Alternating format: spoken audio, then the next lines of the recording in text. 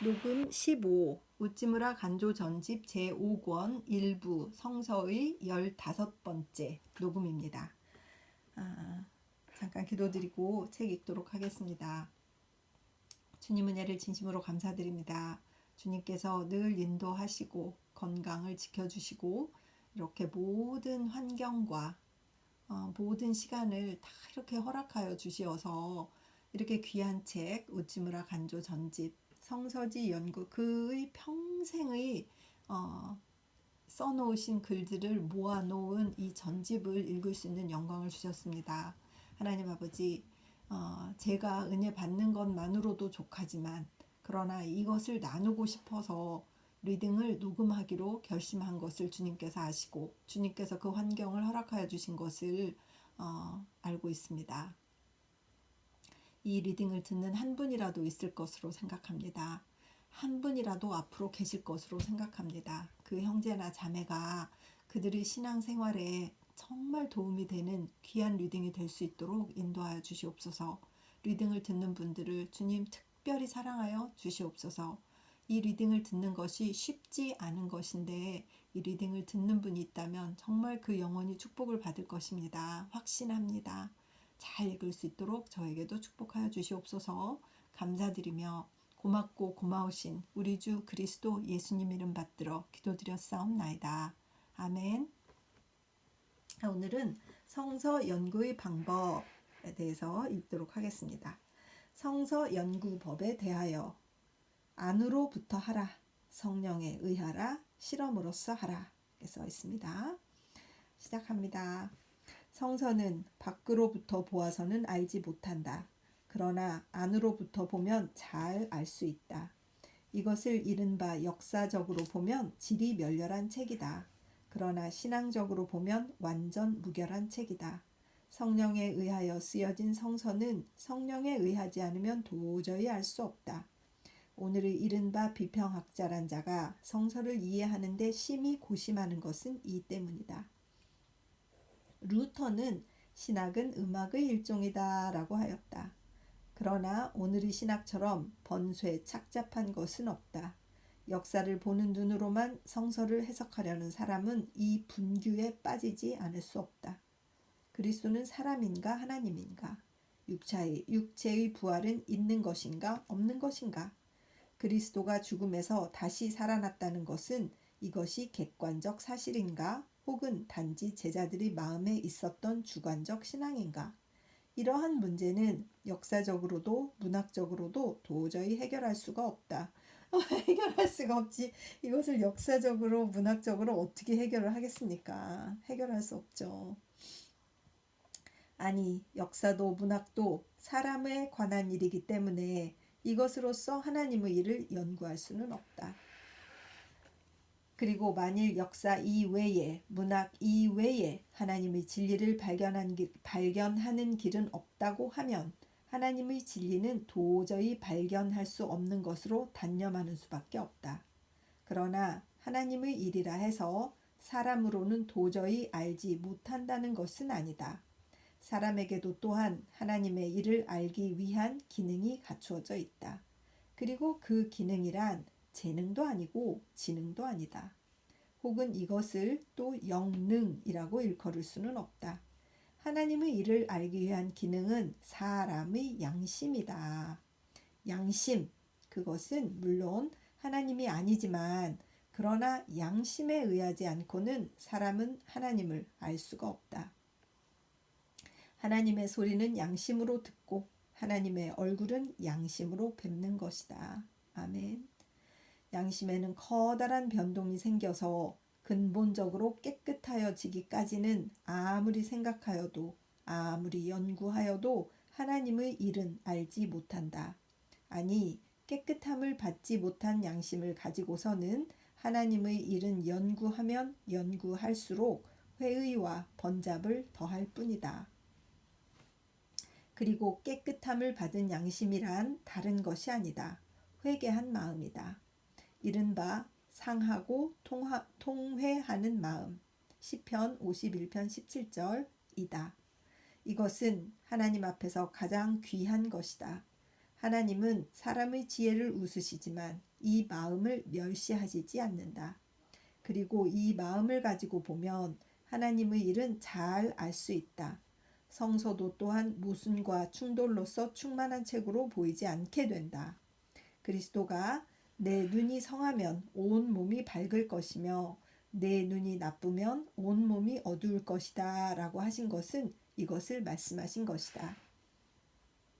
이러므로 자기의 죄를 인정하지 않는 사람과 하나님의 일에 대하여 논쟁할 필요는 전혀 없게 되는 것이다.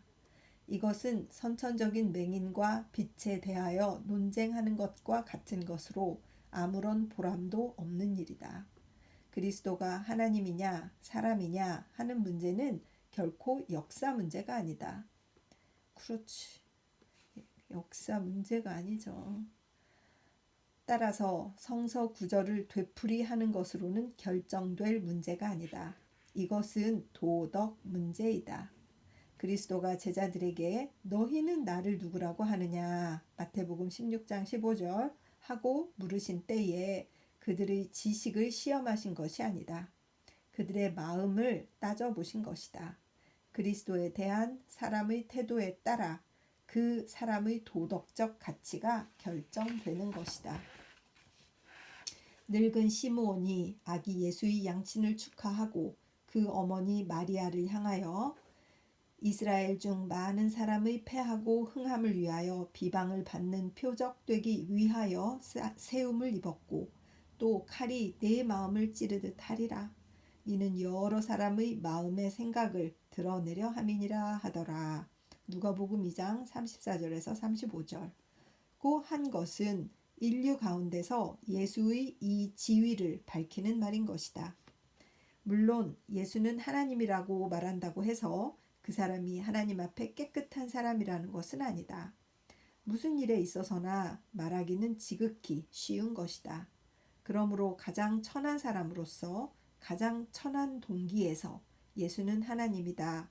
성서는 하나님의 말씀이다. 라고 말하는 사람이 많이 있다.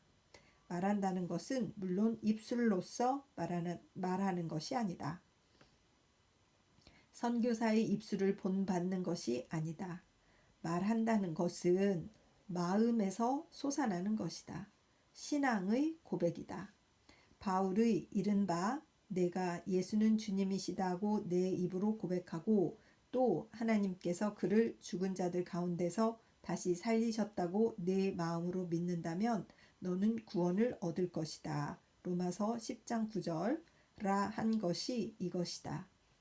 그리고 그 깊은 의미에서는 사람은 먼저 그 마음의 죄를 뉘우치고 깨끗함을 받기 전에는 예수는 그리스도라고 말할 수가 없는 것이다. 예수의 부활에 대해서도 마찬가지다. 부활은 역사적 사실이었다. 그러나 그와 동시에 인류의 도덕적 사실이다. 예수의 부활은 예수 한 사람에 관한 일이 아니다.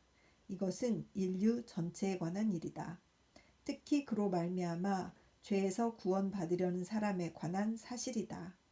그러므로 바울은 예수는 우리를 의롭다고 인정하시기 위하여 다시 살아나셨다. 로마서 4장 25절 고 말한다. 하나님에게 의롭다는 인정을 받을 필요를 느끼지 않는 사람은 아무리 성서를 자세히 상고하더라도 예수의 부활의 사실은 알지 못한다. 먼저 이것을 양심 문제로 하여 그 해결을 본 뒤에야 비로소 그 역사적 해결을 보는 것이다. 역사적인 해결을 본 뒤에 양심을 만족시킬 수 있는 것이 아니다. 많은 사람들이 그리스도에 대하여 실족하는 이유는 그들이 제일 먼저 그를 역사적으로 알려고 하기 때문이다. 예수는 알렉산더나 나폴레옹과 같은 이른바 역사적 인물이 아니다. 곧 잠깐 역사의 무대에 나타났다가 사라져버린 인물이 아니다. 그는 역사 이전에서부터 계셨던 분이며 이제도 또 계시는 분이다. 만일 그가 이러한 분이 아니라면 그는 인류의 구주가 아닌 것이다.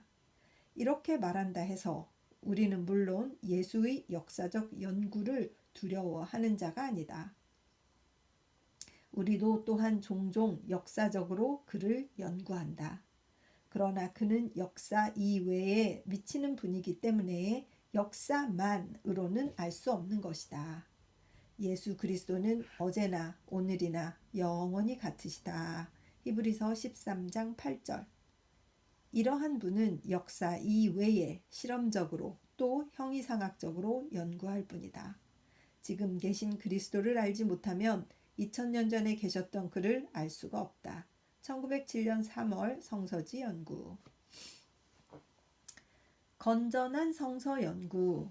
지방에서 찾아온 어떤 교역자에게 말한 것. 감정은 사람에게서 얻을 것이 아니다. 직접 하나님에게서 얻을 것이다. 사람에게서는 다만 건조무미한 사실을 들으면 족하다. 그러므로 감정적인 설교나 연설은 될 수 있는 대로 피할 것이다. 또 책을 선택하는 때에도 감정을 전하는 책은 될 수 있는 대로 피할 것이다. 이른바 광신적인 서적, 즉 devotional books는 심히 위험한 책이다. 독서는 될 수 있는 대로 건조무미한 것이 좋다.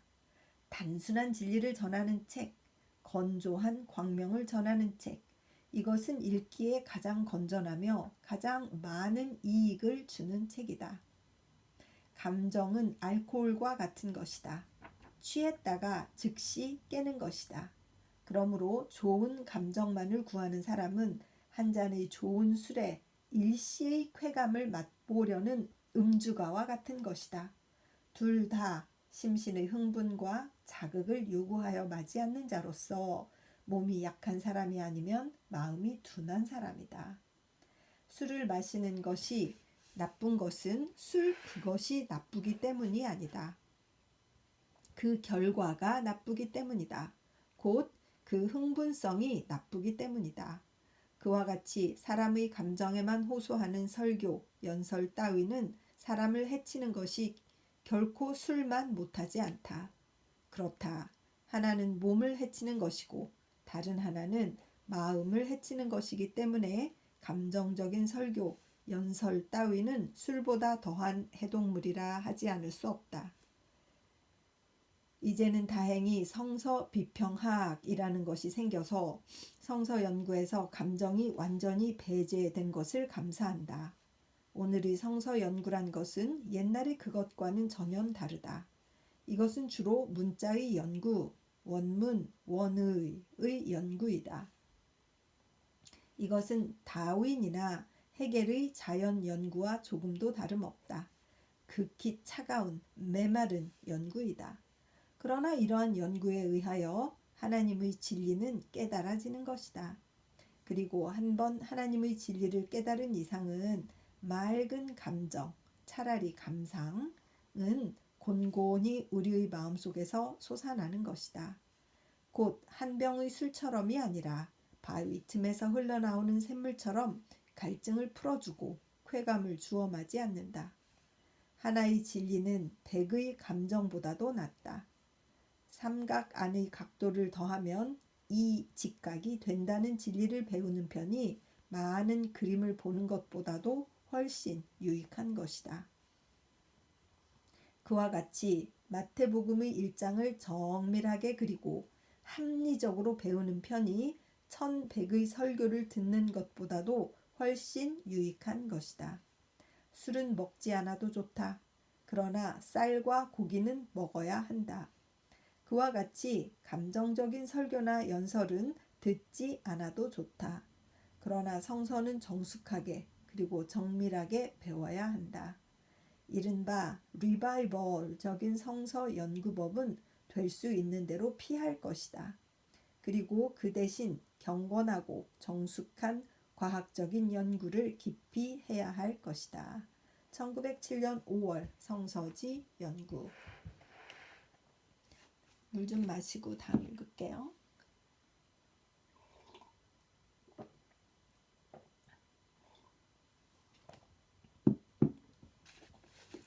삼겹줄 읽겠습니다. 성서는 역사이며 실험이며 예언이다. 곧 전도서 4장 12절에 말한 대로 삼겹줄이다. 그러므로 쉽게 끊을 수가 없다. 성서는 과거에 뿌리박고 현재에 일하고 미래를 바라본다. 영혼의 책인 성서는 옛날이 있고 오늘이 있고 앞날이 있는 것이다. 시험삼아 마태복음 1장 1절을 들어보면 예수 그리스도는 다윗의 자손이며 다윗은 아브라함의 후손이다라 하였다. 그 가운데 역사가 있고 실험이 있고 예언이 있다. 예수가 다윗의 자손이며 또 다윗은 아브라함의 후손이란 것은 분명히 역사이다. 그리고 그 역사적 사실 가운데 깊은 심령적 교훈이 있다. 예수는 아브라함의 믿음과 다윗의 죄를 몸에 지니고 태어나신 분이다. 예수의 몸에서 믿음은 죄를 이기고 그를 믿는 모든 사람의 구원은 완성된 것이다. 그리고 또 아브라함은 모든 믿는 사람의 아버지이며 다윗은 선민의 왕이다.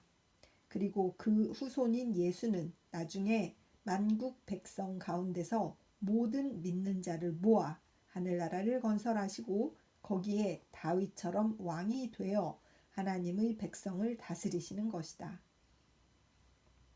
이리하여 신약 성서의 맨 첫머리 간단한 말씀 가운데 역사, 실험, 예언의 명백한 세 가지 의미가 있는 것이다. 이것은 특히 주의할 일이다.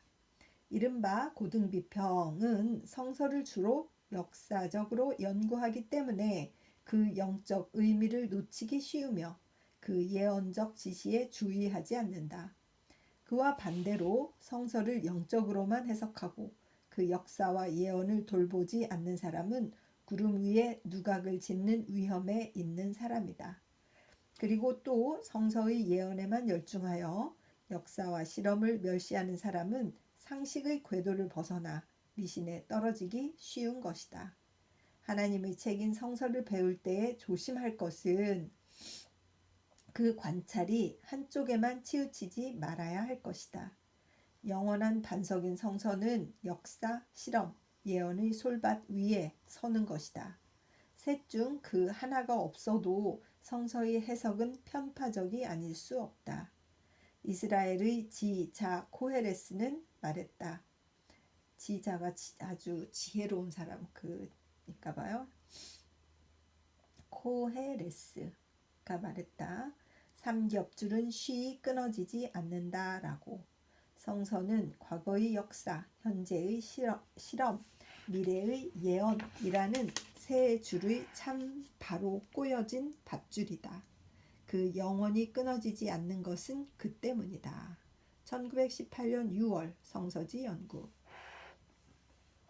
로마서 연구의 방법. 그 5장을 읽는다. 이렇게 됐어요. 5장인지 5장인지 그 5장을 읽는다 이렇게 돼 있으니까 5장으로 읽을게요. 그 5장을 읽는다. 과학에 법칙이 있는 것처럼 종교에 교리가 있다. 법칙은 자연 관찰의 결과를 간명한 말로써 잘 나타낸 것이다. 교리는 심령 실험의 결과를 간결한 말로써 잘 표현한 것이다. 교리를 단정이라고 해석하는 것은 잘못이다. 이것은 법칙을 학설과 혼동하는 따위이다. 많은 사람들에게 실험된 같은 사실을 간단하고도 명백한 언어로서 표현한 것. 이것을 과학에서는 법칙이라 하고 종교에서는 교리라 하는 것이다. 또 법칙을 잘 아는 것은 과학을 연구하는 첩경인 것처럼 교리를 잘 이해하는 것은 종교를 이해하는 편법이다. 이 법이야말로 연역법이기 때문에 배리적이라고 말할 수 없다. 사람은 누구나 뉴턴, 다윈의 관찰을 되풀이하지 않으면 과학자가 될 수 없다고 말할 수 없는 것처럼 그는 또한 안셀름, 칼빈의 추리 탐구를 쌓지 않으면 종교를 이해할 수 없다고 말할 수 없다. 선진의 연구한 결과를 이용하는 것은 후진된 자의 특징이다. 교리에 의하여 종교를 배우는 것은 이 특권을 이용하는 데 지나지 않는다. 본디 로마서는 난해의 책으로 알려져서 그 연구에 종사하는 사람이 적다. 그러나 조금 기독교의 원리를 이해한다면 이 책은 결코 이해하기 어려운 책이 아님을 알 것이다. 사람은 다 죄인인 것, 그리스도의 피로 말미암아서만 죄의 사면이 있는 것, 죄를 깨끗이 씻는 일, 그 심판을 마음에 두고 이것을 읽으면 로마서는 내 마음의 실험록이 되어 우리는 이 책을 손에 들고 있을 때 마지막까지 읽지 않고는 놓지 않을 것이다. 요는 그리스도를 마음에 실험하는 데 있다. 이른바 그리스도적 의식, 즉 크리스천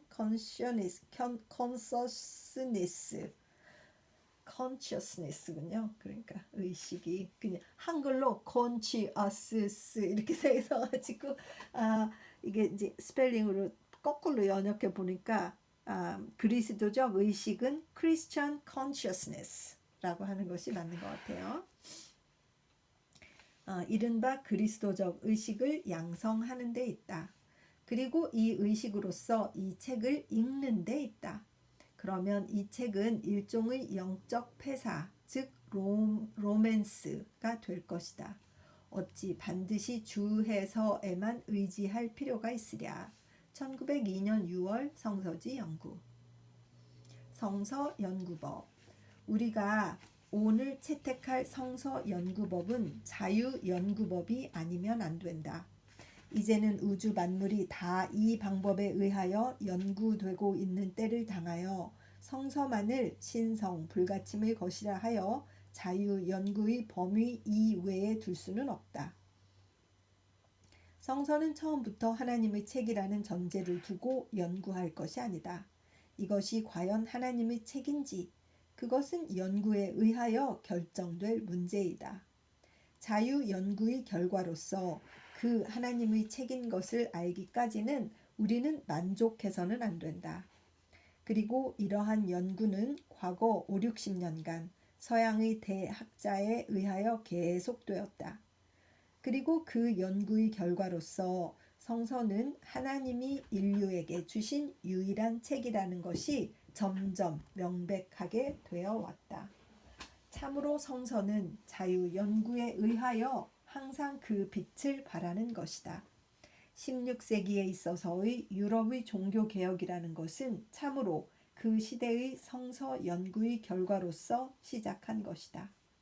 그리스, 로마의 고대 문학의 부흥이 도화선이 되어 성서의 자유 연구가 행해지고 그 결과로서 비교적 순수한 복음이 유럽 사람들 가운데 부흥하여 마침내 세상을 뒤흔든 그 커다란 운동이 일어난 것이다.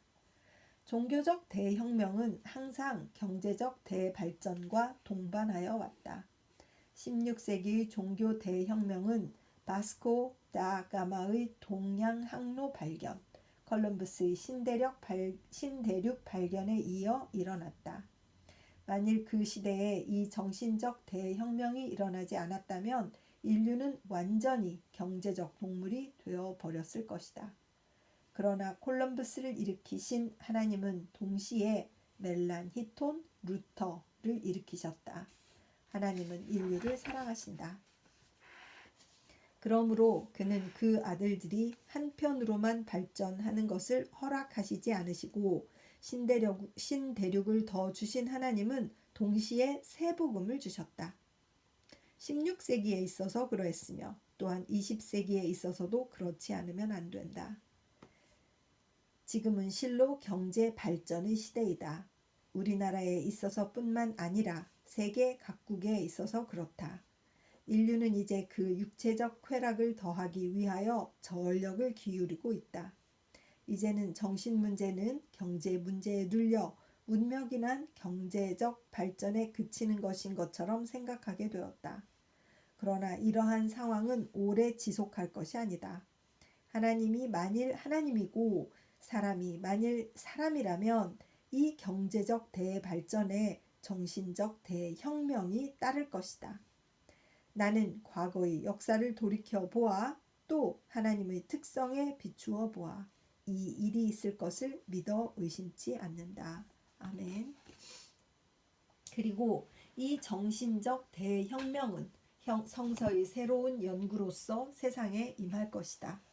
과거에 있어서도 그러했다. 지금에 있어서도 그렇지 않으면 안 된다.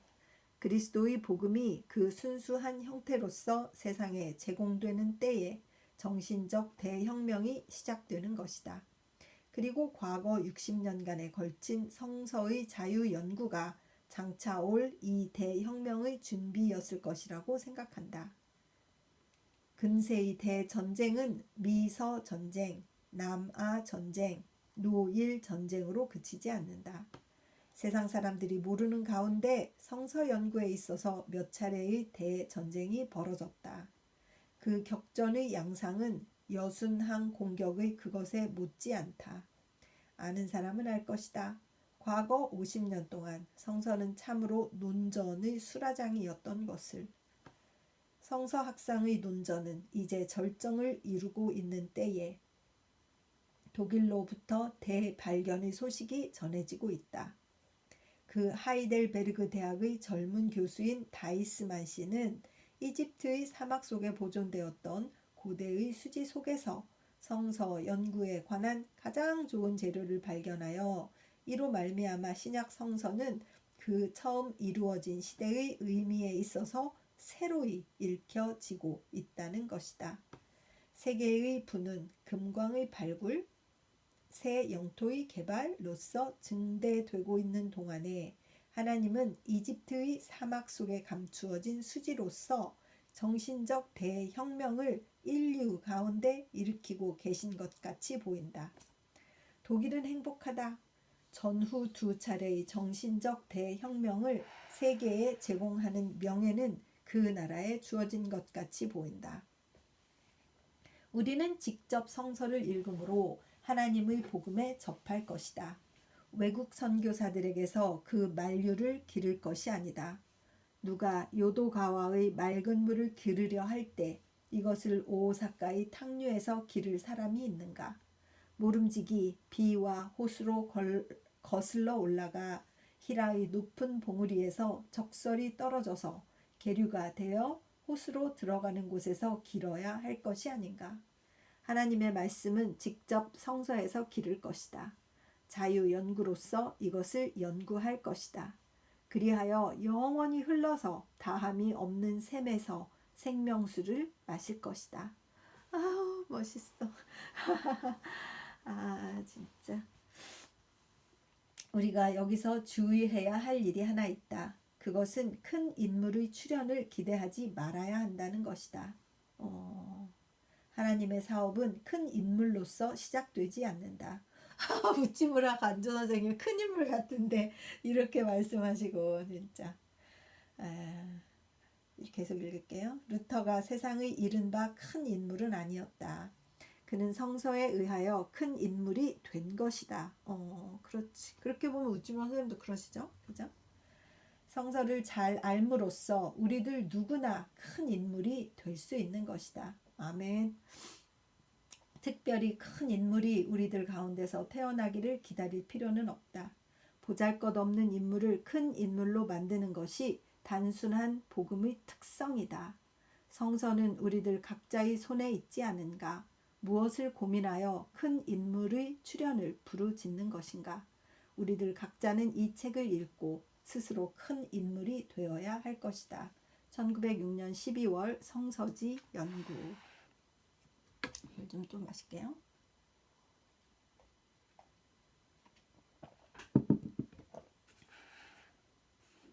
구식이냐 신식이냐.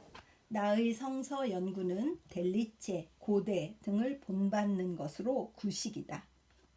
델리체, 고대 이런 분들이 성서 연구였었나 봐요. 신식으로 고치라고 주의를 주는 사람이 있다. 주의를 주는 것은 참으로 고맙다. 그러나 지금 당장 바꿀 수는 없다. 나 자신도 이른바 신식의 성서 연구를 전혀 돌아보지 않는 것은 아니다. 나의 조그만 서재에도 또한 독일의 폰 조덴, 영국의 캐논 드라이버, 미국의 조지 스티븐 등의 저서를 가지고 있다. 나도 또한 나로서는 과분한 돈과 시간을 이런 종류의 연구에 소비한 사람이다. 그런데 나는 거기에서 사람의 영혼을 기를 만한 생명의 양식을 발견하지 못하는 것이다. 교회를 싫어하는 나이므로 교회가 싫어하는 것인 이른바 고등 비평은 내가 환영해야 할 터인데도 그러나 이 일에 대해서는 나는 교회와 태도를 같이 하는 자이다. 이른바 신식의 성서 연구는 희망을 채워주지 못하는 사막의 냇물이다. 대마의 떼들이 그것을 바라보고 사모하다가 거기 와서는 바라던 것을 부끄리고 낙심한다. 욥기 6장 15절 이하. 이른바 신식의 성서 연구는 문법이고 철학이고 역사이다. 그러나 신앙이 아니다. 그들은 종교를 지식으로서 이해하려고 하기 때문에 종교를 완전히 그르치는 것이다. 물론 종교는 신앙이다. 신앙을 근저로 하고 서지 않고는 종교를 알지 못한다. 종교의 책인 성서는 알지 못한다. 이 점에 있어서 델리체와 고대는 신식의 성서학자보다 훨씬 낫다고 생각한다. 골고다의 언덕 위에 심어진 십자가 밑에서 읽지 않으면 이사야 53장은 알지 못한다고 말한 델리체는 확실히 이사야서 해석의 열쇠를 잡은 사람이라고 생각한다. 욥의 환난을 그리스도의 환난의 상징으로 본 그는 욥기의 중심적 진리를 파악한 사람으로서 그에게서 이 책의 대주석이 나온 것은 구태여 이상히 여길 것이 없는 일이다. 고대에 있어서도 마찬가지다. 그의 연구가 낡은 것은 나도 잘 알고 있다. 그러나 그는 대성서학자인 동시에 또 한 깊은 체험의 사람이었다. 그는 강당과 서재에서 성서를 배우기 전에 깊이 친히 그리스도를 체험한 사람이었다. 그러므로 그의 성서 연구는 모두가 다 살아있는 것이다.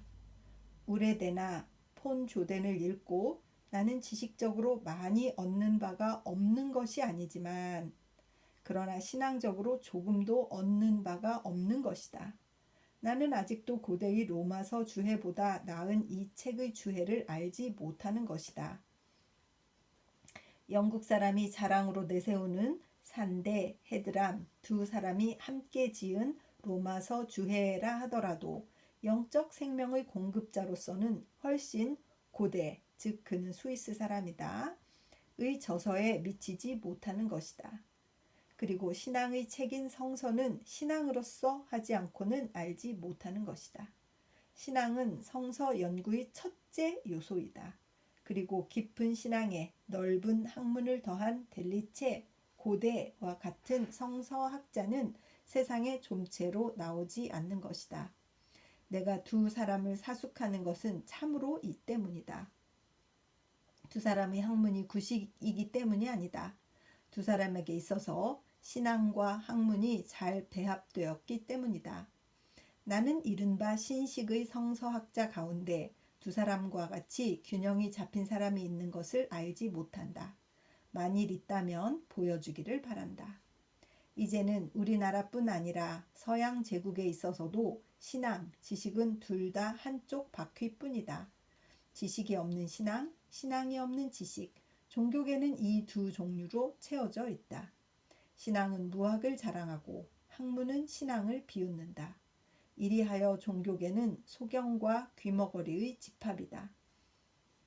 이 때를 당하여 나는 델리체, 고대의 두 사람과 같은 조화된 학자, 균형 잡힌 신자의 출현을 바라 맞이 않는 것이다. 구식도 좋고 신식도 좋지만 이유는 신앙과 지식과의 조화이다. 깊이 믿고 널리 아는 것의 조화이다. 그리고 하나님은 그 정하신 시기에 이르러 신식의 델리체와 신식의 고대를 속속 배출하실 것이다. 그리고 나는 그 중의 몇 사람은 우리 일본에서 나오기를 빌어 맞이 않는 것이다. 1915년 10월 성서지 연구. 성서의 결점. 어떤 교회 신자가 우리 집을 찾아왔다. 그는 조합교회의 신자였다. 내가 성서의 위대함을 말하자 그는 질문의 화살을 던져 말했다. 성서에도 결점이 있지 않습니까? 라고. 나는 놀랐다. 적어도 기독교 신자라는 사람이 성서라는 말을 듣고 이러한 질문을 먼저 그 마음에 떠올리다니. 나는 그에게 대답하여 말했다. 있을지도 모릅니다. 그러나 우리들은 성서가 바라는 빛이 너무나 크기 때문에 그 결점을 보지 못하는 것입니다. 마치 망원경으로 조사해 보면 태양에도 많은 결점이 있는 것을 볼 수 있지만 그 빛이 너무나 눈부시기 때문에 그 결점에 주의하지 않는 것과 마찬가지입니다. 라고. 오늘 교회에서 성서 연구라고 하면 먼저 그 결점을 지적하고 그 다음에 그 윤리적 가치를 정하는 것이 보통이다. 이것을 연구적 태도라고 할 것이지만 이러한 태도로는 어떠한 책이라도 알지 못한다. 동정은 해석의 제1의 열쇠이다. 동정이 없이는 장점에 마음이 끌리지 않고는 어떠한 책이라도 알지 못한다. 더욱이 하나님의 책인 성서는 알지 못한다. 1917년 1월 성서지 연구. 성서 도락. 성서 연구는 자칫하면 성서 도락으로 변하기 쉬운 것이다. 그리고 오늘의 이른바 성서 연구는 대개는 성서 도락이다. 성서의 문자적 연구, 고고학적 고증, 주해서의 수집, 성서학자 우열의 논의, 곧 고대는 어떻다, 마이어는 어떻다, 넬리체는 어떻다, 랑케는 어떻다 하는 따위이다. 그러나 성서는 이렇게 해서는 알 수 없는 책이다. 성서는 박해의 피로써 쓰여진 책이다. 그러므로 박해의 피로써 하지 않으면 이해할 수 없는 책이다. 서재에 들어앉아 자전과 문법을 상대로 그 뜻을 탐구하려 하더라도 아무 보람이 없다. 물론 지식이 있는 것이 지식이 없는 것보다 낫다고 하더라도 지식은 체험의 대용이 될 수 없다. 신앙을 위하여 싸우지 않고는 성서는 알지 못한다. 복음을 위하여 박해를 받는 것, 그것이 성서의 최선의 주해이다. 이 고통을 경험하지 않고는 주해서가 산처럼 쌓여 있어도 성서는 알지 못한다. 성서 도락은 가장 나쁜 도락이다.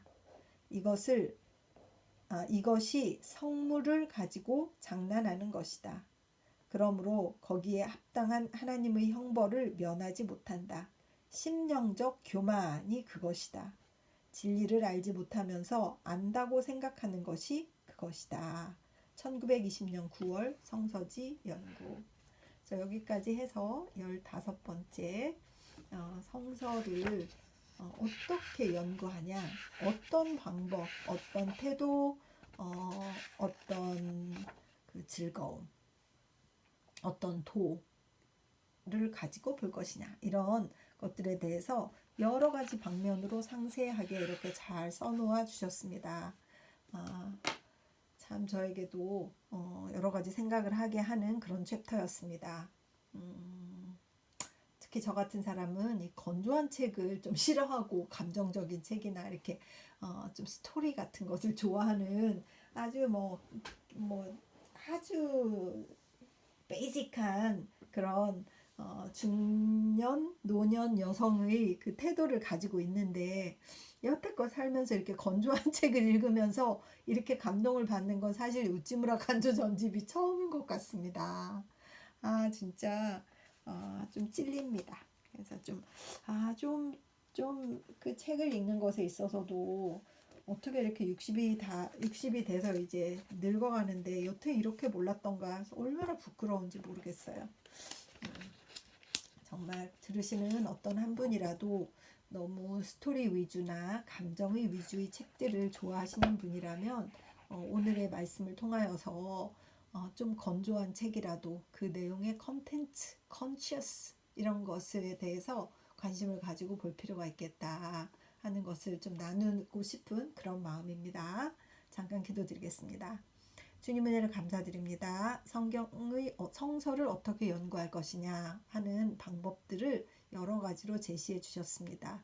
우선 양심을 가지고 보아야 하고 신앙으로 보아야 하고 그것을 너무 역사적인 측면으로만 보거나 도덕적인 측면으로만 보거나 하는 것은 옳지 않다라는 것에 대한 것과 또 구식이라 하더라도 그 성서를 연구한 사람의 삶의 태도가 어떠한 사람이 쓴 것이냐에 따라서 이것의 가치가 얼마나 달라지는가 하는 것들에 대해서도 이렇게 잘 설명해 주신 챕터를 읽게 해주셔서 감사합니다.